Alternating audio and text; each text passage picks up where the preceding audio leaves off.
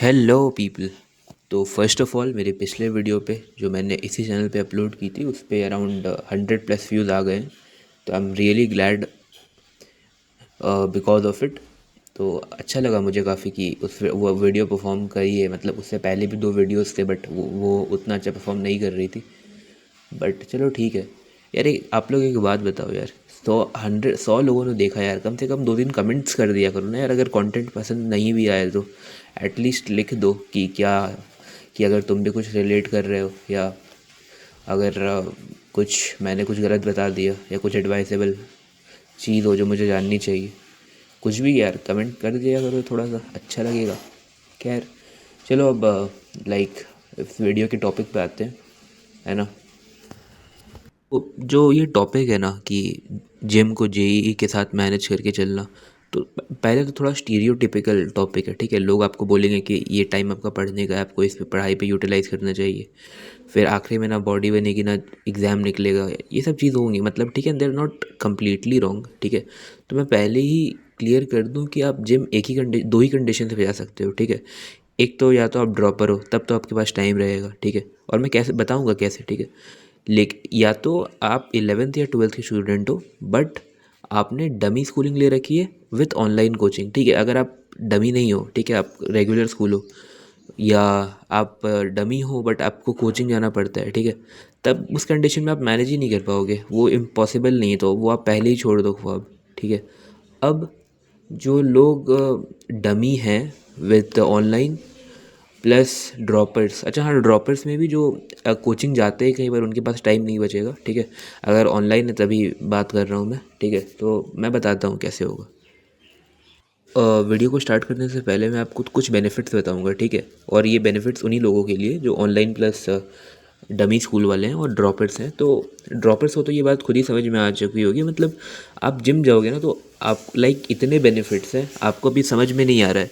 देखो क्या होगा ना, क्या होता है ना कि आप खुद रिलेट करोगे। आप सुबह उठते होगे, आपको लेथार्जिक फील होता होगा, आपको पढ़ते हुए नींद आता होगा, आपकी हेल्थ ख़राब हो रखी होगी, मैक्सिमम लोगों का वेट बढ़ा हुआ होगा, किसी के लोअर बैक में पेन होगा, ठीक है। तो ये सब चीज़ होती है, ठीक है।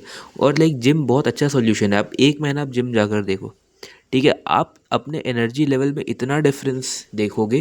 देखो ये जो पूरा सिस्टम है ना, मतलब पूरा आइसोलेशन का, इतना आइसोलेशन सही नहीं है बॉडी के लिए। आपको कहीं ना कहीं कुछ ना कोई एक्टिविटी करनी चाहिए फिजिकल, ठीक है। और जिम एक बहुत अच्छा चीज़ है उसके लिए, क्योंकि ये इसकी जिम से आप जो चीज़ें सीखोगे ना वो आप पढ़ाई पे इम्प्लीमेंट करोगे। तो आप बेसिकली एक बहुत अच्छा कॉम्बिनेशन है, ठीक है। जिम आपको डिसिप्लिन सिखाता है। जिम आप जब जाओगे ना तो वो जब आपका जो डोपामिन निकलेगा वो बहुत अच्छी तरह एक बहुत गुड वे में निकलेगा, ठीक है। तो वो बहुत अच्छा है, आपको आपका लाइक एनर्जी दिन भर स्टेबल रहेगा उसके वजह से, ठीक है। और आप एक्सरसाइज करोगे तो वो काफ़ी अच्छी चीज़ है, ठीक है। और आप डिसिप्लिन भी सीखोगे उसके साथ। तो बहुत बेनिफिट्स है इसके, ओके। यार अब आप बोल रहे होगे और भाई यो तो बता टेम कैसे मैनेज करेंगे टेम। अरे भाई मैं बता रहा हूँ, मैंने उसी के लिए वीडियो बनाई है। तो देखो सबसे पहले आप तो कुछ बेसिक्स वीडियो देख लेना, है ना। बेसिक वर्कआउट की, बेसिक स्ट्रेचिंग की, है ना। तभी आप जिम देखो। जिम में जो एक प्रॉब्लम है कि आपको इंजर नहीं करना है अपने आप को, ठीक है। तो अगर आपके पास थोड़ा एक्सपीरियंस है तो आप एकदम भी ईगो लिफ्टिंग मत करना। और अगर आप बिगिनर भी हो, ठीक है, तो यूट्यूब पे काफ़ी वीडियोज़ हैं, है ना।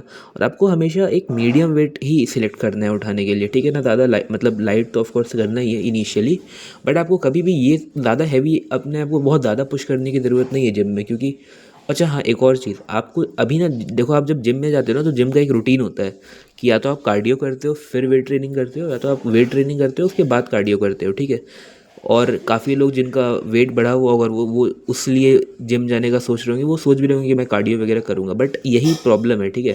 देखो हम लोग ना जेई के साथ मैनेज करने की कोशिश कर रहे हैं, ठीक है। हम लोग अपना बहुत ज़्यादा एनर्जी नहीं दे सकते उसमें। अगर आप कार्डियो और वेट ट्रेनिंग दोनों करोगे ना तो प्रॉब्लम पता है क्या है, आप घर आओगे ना, आप इतने थक जाओगे कि फिर आपको सोने का मन करेगा। और फिर आपकी पढ़ाई, देखो पढ़ाई को नुकसान नहीं होना चाहिए, आपके स्टडिंग आवर्स में कोई भी जिम की वजह से प्रॉब्लम नहीं होनी चाहिए। इसीलिए तो सबसे पहली चीज़ है जो एडवाइजेबल है और जो मैं आपको रेकमेंड करूँगा, ठीक है, कि आप जिम में कार्डियो मत करना, ठीक है। आप सिर्फ वेट ट्रेनिंग करना। अब आप बोलोगे यार कार्डियो नहीं करूँगा तो मेरा वेट लॉस कैसे होगा। देखो वेट लॉस में या वो सब चीज़ों में ज़्यादा ये इम्पैक्ट डाइट का होता है, कैलोरी डेफिशिट का होता है। वो सब आप लोग देख लेना क्या क्या सीन है इन सब का, ठीक है। वही बात है ना कि अगर आप वेट ट्रेनिंग भी कर लोगे तो काफ़ी अच्छा रहेगा। आप एक सिनेरियो सोचो कि आप अभी सिर्फ पढ़ रहे हो, कुछ नहीं कर रहे हो, आपकी हेल्थ ख़राब होते जा रही है, ठीक है। और फिर आप ये सिनेरियो सोचो कि आप एटलीस्ट वेट ट्रेनिंग कर रहे हो रोज़, तो कुछ तो डिफरेंस होगा ना, तो इट इज़ बेटर एटलीस्ट, ठीक है। और उससे आपकी पढ़ाई देखो, अब जब आप सिर्फ वेट ट्रेनिंग करने जाओगे तो आपका अराउंड 1 घंटा 1.5 आवर्स में आपका वर्कआउट कंप्लीट हो जाएगा। आप घर आ जाओगे आराम से, और आपका टोटल जो टाइम जाएगा इस इन सब पूरी चीज़ों में अराउंड वो 1 घंटा 45 मिनट्स टू 50 मिनट्स जाएगा, ठीक है। अच्छा, एक और इम्पॉर्टेंट पॉइंट ये भी है कि आप कोशिश करना मैक्सिमम लोग कि जिम मॉर्निंग में जाओ, क्योंकि देखो आप इवनिंग में जाओगे ना तो एक तो आपकी इवनिंग में क्लासेस भी लगे रहती हैं। अब कोई रिकॉर्डेड करता है तो वो बोलेगा कि मैं तो इवनिंग में जाऊँगा, बट इवनिंग में ना जिम में भीड़ बहुत होती है। तो इतने भीड़ में जाओगे ना तो फिर आपको हर मशीन के लिए बहुत वेट करना पड़ेगा। तो इससे अच्छा आप मॉर्निंग में जाओ, मॉर्निंग में कंपैरेटिवली लोग बहुत कम ही होंगे, ठीक है। और आप लोग, मुझे पता है ना, आप लोग जेई वाले बच्चे हो ना, अभी इतना टाइम से घर से नहीं निकले हो, तो आप काफ़ी काफ़ी सोशल एंजाइटी हो जाती है आप लोगों के लिए। तो उसके लिए भी, उस हिसाब से भी आप मॉर्निंग में जा सकते हो, लोग कम रहेंगे तो उतना एंजाइटी भी नहीं होगा, ठीक है। अच्छा हाँ, अब एक और इम्पॉर्टेंट पॉइंट, अगर आपने ये डिसाइड कर लिया है कि आप जिम जाओगे अराउंड, है ना। अच्छा हाँ, एक और चीज़, 1.4 मतलब आप तो 1 घंटा 45 मिनट तो आपका लगेगा, मतलब ये मिनिमम बता रहा हूँ। अगर आपने चीज़ों को ऑप्टिमाइज़ कर लिया कि मैं कब उठूँगा और कब जाऊँगा और कितना टाइम लगेगा प्रिपरेशन करने में, आके बाद में कितना वो करूँगा, कितना टाइम लगेगा मुझे वापस से पढ़ाई के मोड में आने में, तो सब कुछ ऑप्टिमाइज़ करके, क्योंकि मैं खुद भी कर रहा हूँ जिम काफ़ी टाइम से, तो आप 1 आवर 45 मिनट्स में सब कुछ रैप अप कर लोगे, ठीक है। मैक्सिमम 2 आवर्स, उससे ज़्यादा नहीं लगेगा। और ये बहुत नॉर्मल है यार। आप ये सोचो कि आप दिन में सिर्फ 2 घंटे कुछ और एक्टिविटी में लगा रहे हो और उसके बाद पूरा जितना टाइम आप सिर्फ पढ़ाई में लगा रहे हो, तो ये बहुत अच्छी चीज़ है, ठीक है। इनफैक्ट इससे आपको बहुत मतलब जो एक बर्नआउट होता है ना बच्चों में, कि कुछ महीना पढ़ के जो बर्नआउट होता है, उससे भी आप बच जाओगे अगर आप ये चीज़ कर लोगे, ठीक है। अब बात रही कि आपने अगर डिसाइड कर ही लिया है कि आप जिम जॉइन करोगे, तो फिर मैं कुछ फैक्ट्स, मतलब कुछ टिप्स दूंगा, जो ये ऐसे किसी नॉर्मल लिफ्टर के लिए नहीं होगी, मैं ये आप लोगों के लिए दे रहा हूँ, ठीक है। जो आप लोग जो जेई वाले बच्चे हैं, ठीक है, या कोई भी कम्पिटिटिव एग्जाम की तैयारी कर रहे हैं, तो सबसे पहले ना आपको देखो, हम लोग, हमारे ना सिटिंग आवर्स बहुत ज़्यादा ज़्यादा होते हैं, ठीक है। और हम लोग तो कुछ ऐसे भी स्ट्रेचिंग आप लोग नहीं कर रहे हो कि मैक्सिमम लोग, क्योंकि उतना एजुकेशन है नहीं इस बारे में, ना टीचर्स भी बात नहीं करते। तो देखो हमारा ना लोअर बैक है और जो हिप्स है, तो उस वहाँ ना एक मसल जॉइन करती है उन दोनों को, जिसको बोलते हैं हिप फ्लेक्सर्स मसल्स, और ठीक है, और हिप मसल्स को हम लोग ग्लूट्स बोलते हैं। अब सीन क्या होता है ना, क्योंकि हम लोग, हमारा जो सिटिंग आवर्स है वो इतना बढ़ गया है कि वो इवेंचुअली ना अपना जो हिप फ्लेक्सर्स मसल्स है ना वो टाइट हो जाते हैं और ग्लूट्स ना वो वीक हो जाते हैं, है ना। अब इनका बेसिकली ना इनका कॉम्बिनेशन का रोल ये है कि ये हमारी लोअर बैक को सपोर्ट करते हैं, ठीक है। अब जब दिक्कत ये है ना कि एक्चुअली ना ये जो आपको ना, मतलब ये ना आपके ग्लूट्स वीक हो गए और हिप फ्लेक्सर्स मसल्स टाइट हो गए हैं। अब इनकी वजह से क्या होगा ना, आप जब भी लिफ्ट करोगे या कुछ भी करने की कोशिश करोगे, थोड़ी सी फिजिकल एक्टिविटी ज़्यादा, है ना, क्योंकि अभी तो आप सिर्फ नॉर्मल उठ बैठ रहे हो, कुछ ज़्यादा कर नहीं रहे हो, तो जब भी आप करने की कोशिश करोगे ना, तो आपके ना लोअर बैक में दर्द हो जाएगा, वो होगा ही, ठीक है। तो अगर आपको इस बारे में नहीं पता था, आप नॉर्मल स्ट्रेचिंग करते, और अगर आप फिर भी करते, ठीक है, तब भी आपको पेन हो जाता। लेकिन अब आपको पेन नहीं होगा, क्योंकि मैं आपको बता दे रहा हूँ, ठीक है। आप यूट्यूब पे सर्च करना कि लोअर बैक स्ट्रेचिंग, है ना, और ग्लूट्स ग्लूट्स का स्ट्रेचिंग और हिप फ्लेक्सर्स का स्ट्रेचिंग, ठीक है। ये मुश्किल से 10-15 मिनट लगेगा ये सब करने में। अब जब भी अपना आपका बैक डे होगा, और बैक डे से 1-2 दिन पहले या 1-2 दिन बाद, आपको एटलीस्ट वीक में 2 बार या 3 बार ये करना ही है, ठीक है, ताकि आपको कोई इंजरी ना हो। और एक और इम्पॉर्टेंट पॉइंट्स, आप 2 एक्सरसाइजेज बिल्कुल अवॉइड करेंगे।